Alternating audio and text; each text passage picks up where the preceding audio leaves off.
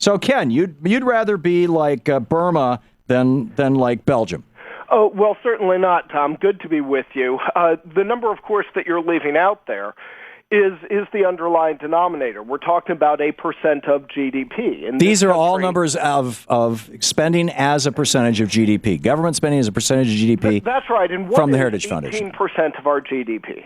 I beg your pardon? What is 18% of our GDP? I have no idea, but it's irrelevant. That's over $2.5 trillion, which is more than 100% of the GDP of most of the countries you just listed. Right, we're much larger than most of these countries, so we have more people. $2.5 trillion is an inconceivable amount of money. And how many trillions do you want to spend, Tom, if you don't think $2.5 trillion is enough to have a decent society? Well, if right now we're spending 38%, and the countries that are doing much better than us are spending more than 38%, in fact, up to 52%, and they're doing very well, thank you very much.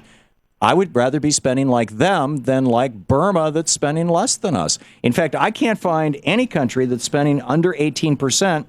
I don't want to emulate Haiti, Laos, Uganda, Guinea, Bangladesh. I mean, the closest you can get in here is the Philippines, is below 18%. But I've been in the Philippines, and most of those islands, I used to do relief work there, most of those islands are just mind-numbing poverty. Not to mention the fact that they've got major wars going on. So you're suggesting that $2.5 trillion is not enough money for the government to spend each year? Well, shall we say, okay, France has what, 52 million people, Germany's 53 million, whatever it is, and they're spending $500 billion. I mean, when you just take a number, an abstract number like that, or it's not an abstract, a real number, but you just take a number and you say, oh my God, it's $2 trillion. Our GDP is $15 trillion.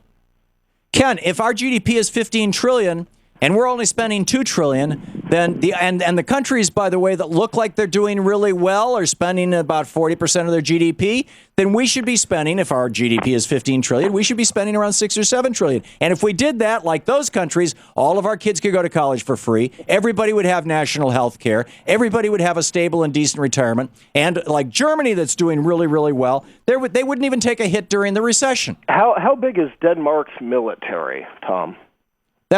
How big is France's military? The U.S. national security budget is $600 billion a year, which is more than 100% of the GDP of most of the countries that you just mentioned. It's not more than 100% of the. You think that Burma has a GDP of over $600 billion a year? No, but I guarantee you that Burma is probably spending. Burma is probably spending more as a percentage of their GDP on their military than we are. I've been on the border with Burma. Pretty much, I've been in the Karen refugee camps in Thailand on the border with Burma. They're driving the indigenous people out. They're called the Karen. They're called the Karen people. It's their tribal name. And about the only job that you can get right now in Burma is to be in the army. I'll bet you that their military spending is probably twice what ours is as a percentage of GDP, because I don't see every other American being employed by the military. Same with North Korea. I mean, North Korea is way down on this list. I mean, is that what you want? I mean, I just don't understand. You know, when you're trying to compare apples to oranges, and I'm trying to compare apples to apples, I'm saying if you want, but I will give you, we are spending absurd amounts of money on our military. I mean, you know, fully a quarter of our deficit right now. George Bush inherited a surplus, and he turned it into a debt, into a massive deficit. And fully a quarter of that was 2 unfunded wars. And if you're opposed to the war in Afghanistan and Iraq, and you think we should get out today and we should close half our military bases around the country, Ken, you and I absolutely agree. But that has nothing to do with this argument. I'll tell you, Tom, part of the challenge here, and this is going to be, I think, a big issue as we discuss in our book, Resurgent, going into the 2012 election. The issue is that, take, for example, Spain, which has a socialist prime minister, and that's not any sort of derogatory term. That is his political affiliation. Jose Zapatero is a socialist.